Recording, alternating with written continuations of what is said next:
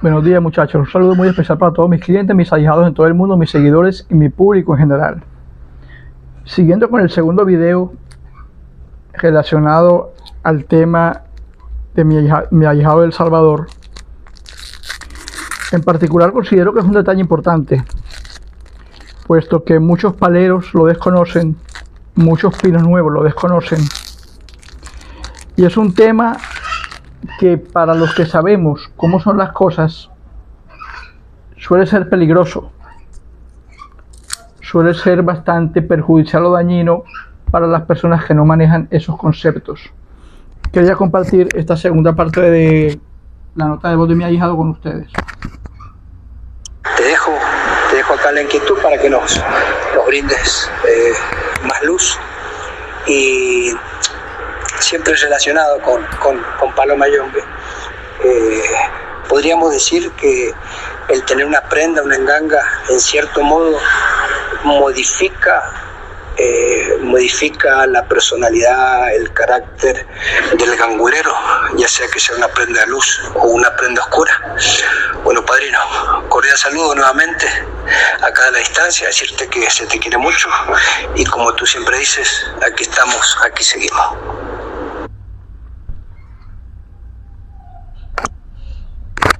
Cuando yo estaba recién iniciado en el mundo de la religión yoruba, específicamente del Paloma Yombe, el abuelo de mi padrino, de mi segundo padrino, Oye Omoloku, su abuelo, Oyitambo Omoloku, él me decía: ¿usted tiene mascotas o animales en su casa, ahijado? En esa época yo estaba mucho más joven, tendría yo como unos 22 años. Yo no tenía animales como tengo ahora. Ahora mi casa parece un zoológico. Tengo 8 gatos, tengo un gavilán, tengo una tragavenado, 2 gallos, 4 pollos, y para de contar. Cuando el abuelo de mi padrino, yo me decía que si yo tenía animales, yo le decía: no tengo. ¿Por qué, padrino? Y él me decía: mire, cuando usted llegue a tener mascotas o animales en su casa y tú te rayes,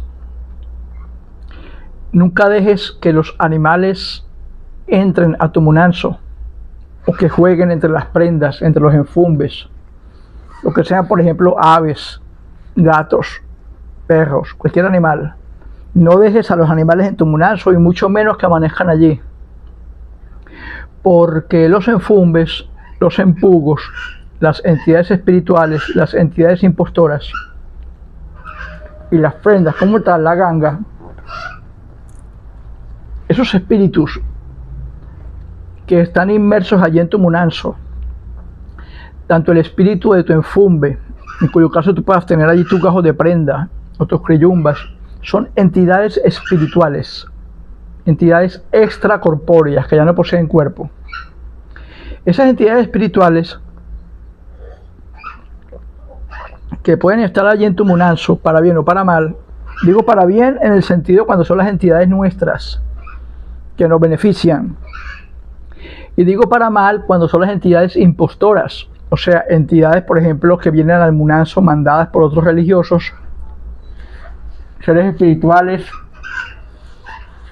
que de repente nos traemos del cementerio cada vez que vamos, de Campo Finda, o seres espirituales que a la hora de un trabajo, de la elaboración de una ceremonia, interactúan con nosotros, puesto que son entidades que pueden ser mandadas por otros religiosos o por trabajo de magia negra del cliente, o a la hora de que, por ejemplo, tenemos que batallar y elaborar con licencia para defender a un cliente contra otro religioso.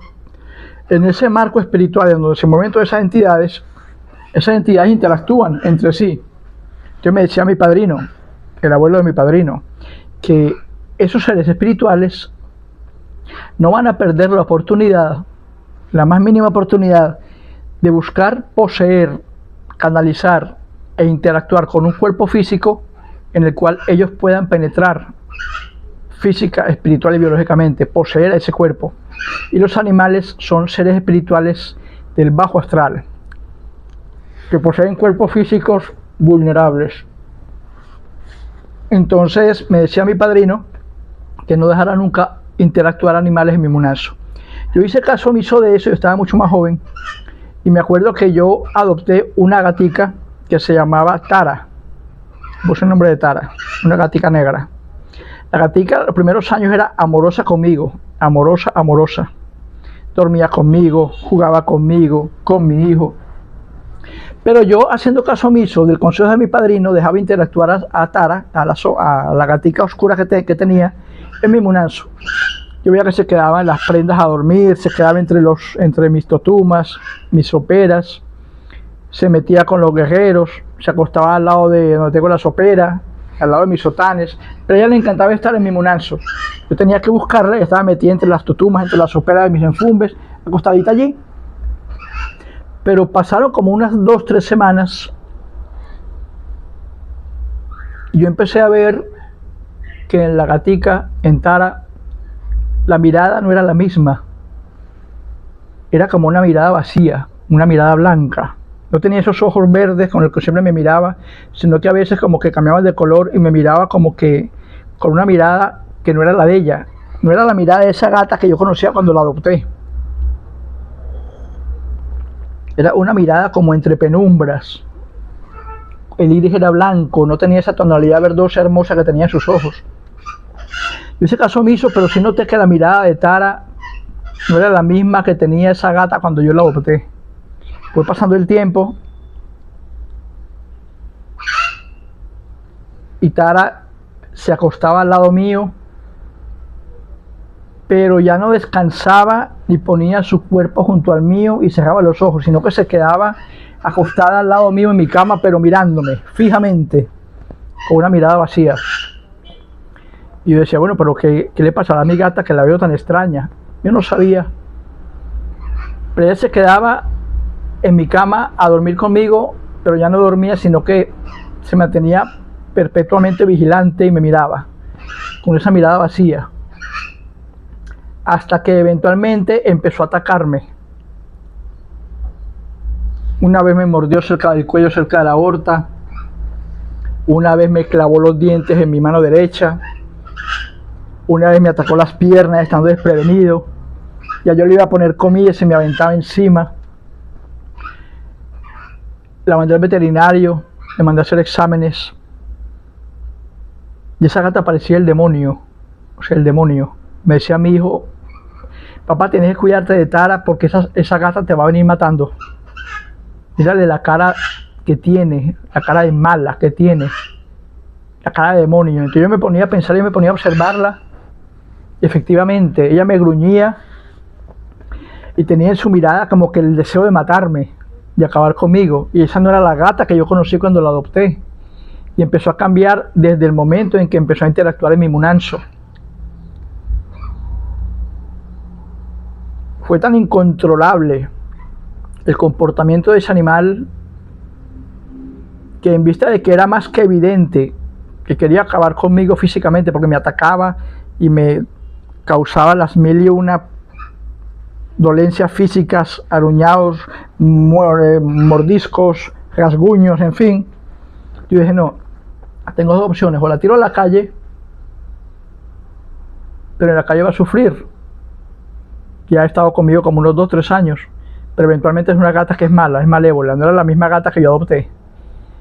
Llamé yo a mi padrino, hablé de mis padrinos, y él me aconsejó, no, ahijado, esa gata ya tiene en el cuerpo de ella o a un empungo o a un enfumbe, pero no creo que sea los enfumbes porque el enfumbe no va a buscar atentar contra ti, o puede ser un enfumbe y la gata espiritualmente, no sabiendo maniobrar espiritualmente con ese espíritu que la posee, se debate entre la gata que te quiere y una gata que psicológicamente está mal porque ese espíritu que la invadió no la deja ser ella misma, que busca atacarte porque el animalito no sabe qué hacer, porque no puede expresar lo que siente, pero está poseída o por un empungo, o por tu enfumbe, o por una entidad oscura, o para de contar, o una entidad impostora. Déjenla en la calle, que se vaya. Pero como yo no tenía corazón para dejarla en la calle, puesto que iba a sufrir mucho, yo dije, bueno, voy a sacrificarla de tal manera que el espíritu de Tara, el espíritu de mi gata, salga de ese cuerpo biológico, también salga ese espíritu que la posee, sea en Fumbe, en Pungo, lo que sea, y que ella vuelva a evolucionar en su siguiente encarnación. Te la metí en una funda de almohada, le hice un nudo en la funda de almohada, yo tenía en mi baño una pipa de agua llena de agua, la metí en la pipa, tapé la pipa y dejé que se ahogara. Ella se ahogó, batalló un ratico, se ahogó, después la enterré y salí de Tara. Cuando yo me ponía a hablar con mis padrinos acerca de ese suceso, mis padrinos me decían, el enfumbe, ahijado, los empungos, las entidades mayores, las entidades oscuras, cualquier entidad espiritual, de una u otra manera, directa o indirectamente, van a cambiar tu personalidad, así como cambia la personalidad de los animales. Los animales son espíritus más vulnerables, y el enfumbe, el empungo, la entidad mayor o la entidad oscura o la entidad impostora penetra ese cuerpo biológico y el animalito va a servir de transporte físico, de transporte biológico para que esa entidad que está metida en tu casa te inspeccione. De igual manera, la personalidad, la forma de ver las cosas, la realidad, el común denominador del comportamiento del gangulero, del palero, del tata, cambia con los años. ¿Por qué? No se les olvide, como decía siempre Nikola Tesla, tenemos que ver el universo desde el punto de vista de las ondas y de la vibración.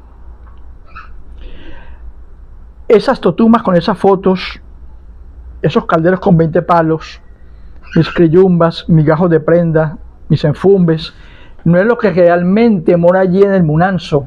Lo que realmente mora en el Munanzo es la energía vibracional que son atraídas mediante esos ornamentos físicos, esos huesos de muerto, esos palos, ese constante quemar pólvora, esa patipemba pintada en mi piso con el pentagrama satánico, tanta sangre derramada día a día en mi Munanzo, tantas oraciones, tantas invocaciones, tantos días de ir a trabajar con licencia, de ir a laborar, traen energías, traen ondas vibracionales, como dice Nikola Tesla. Y en ese mundo energético, espiritual y vibracional, que es el que realmente existe, es en ese mundo vibracional en donde esas energías interactúan con la mía, que también soy un ente espiritual poseído, guardado en un cuerpo biológico. En ese mundo real en el que Nikola Tesla dice que tenemos que siempre ver el universo desde el punto de vista de la energía y la vibración, son esas energías que moran aquí mismo, son las que interactúan con mi energía. ¿Y qué pasa?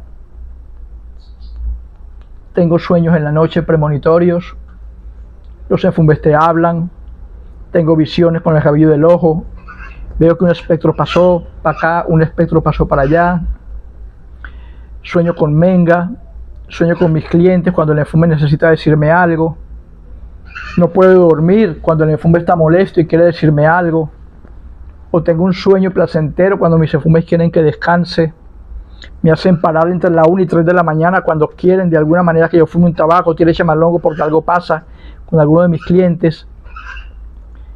Se involucran íntimamente con mi vida a la hora de yo tener sexo, por ejemplo, con una persona, se hacen ver, o la persona con la cual yo tengo sexo está incómoda, se ven en el espejo, en el baño, a la hora de yo bañarme, en la parte de atrás del espejo cuando pasa la sombra. Se siente que estoy siendo vigilado en mi casa, en mi cama, al momento de dormir. Siento cuando los inquilinos me dicen, padrino, hermano Carvajal, señor Elías, vi que bajó, subió una sombra, o vi a fulano o a fulana asomada por una ventana del tercer piso de mi casa, o vi una señora mayor que se asomó del balcón. ¿Quién era la señora? Aquí no viven personas mayores.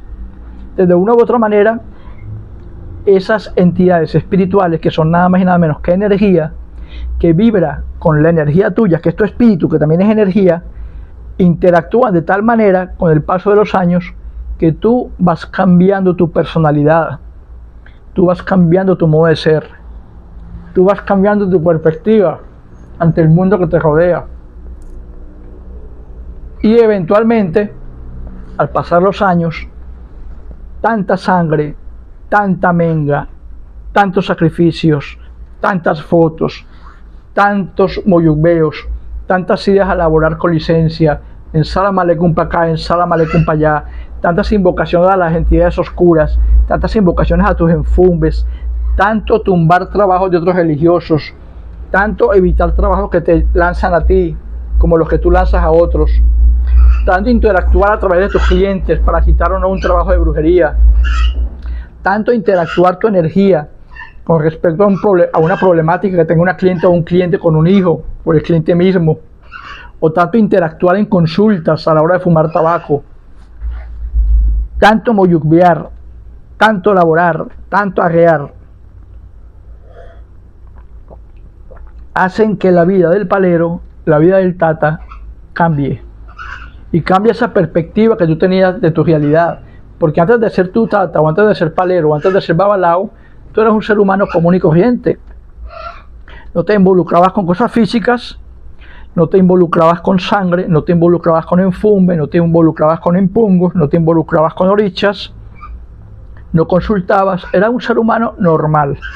Pero ¿qué pasa? Al interactuar en un munanzo, específicamente el palo mayombe, como dice mi ahijado del Salvador, eventualmente, inevitablemente, nuestra personalidad cambia.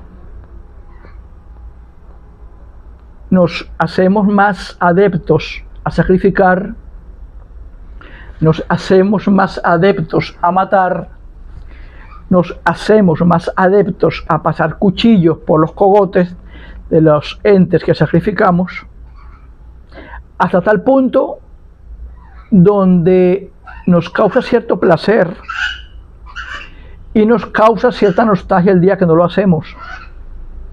Tanto así que yo, por ejemplo, voy a hacer una obra, los ahijados que me ayudan someten al chivo, al perro o al gato, o en el caso, por ejemplo, que es lo más impactante a la hora de hacer sacrificios y otorgamientos mayores para clientes que quieren pactos de quinto nivel o otorgamientos de una magnitud mayor, cuando estoy en Campo Finda, el pasar el cuchillo por el cuello de esos seres vivos que uno mata, se van convirtiendo como que en una necesidad biológica y cotidiana contigo.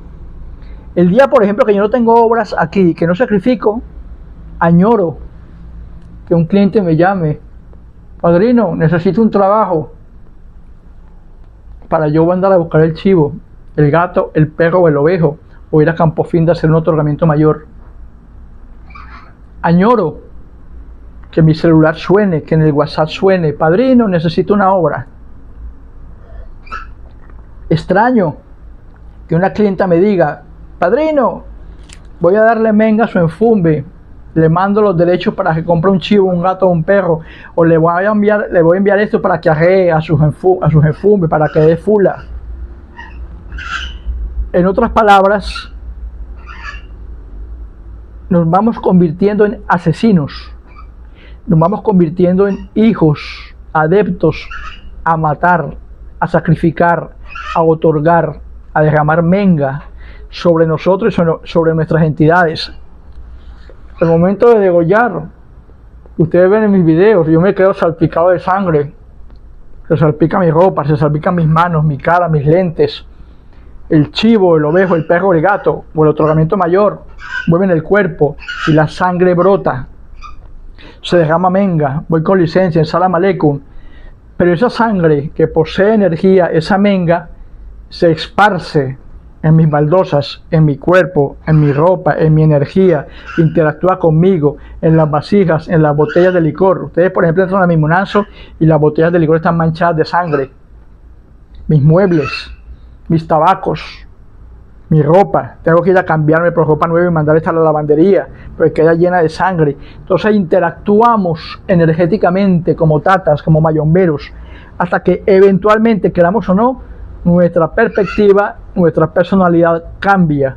Así como hacen cambiar la personalidad de esa gata que yo tenía, que se llamaba Tara, así como hacen cambiar la personalidad de esos animales que vibran bajo entes espirituales del bajo astral, de igualmente en el constante peregrinar, el constante trabajar, el constante elaborar, el constante matar y sacrificar uno u otro tipo determinado de otorgamiento, hacen que tú como Tata cambies tu perspectiva y tu personalidad, porque son entidades espirituales que están influenciando la tuya. Son entidades espirituales que están interactuando con la tuya.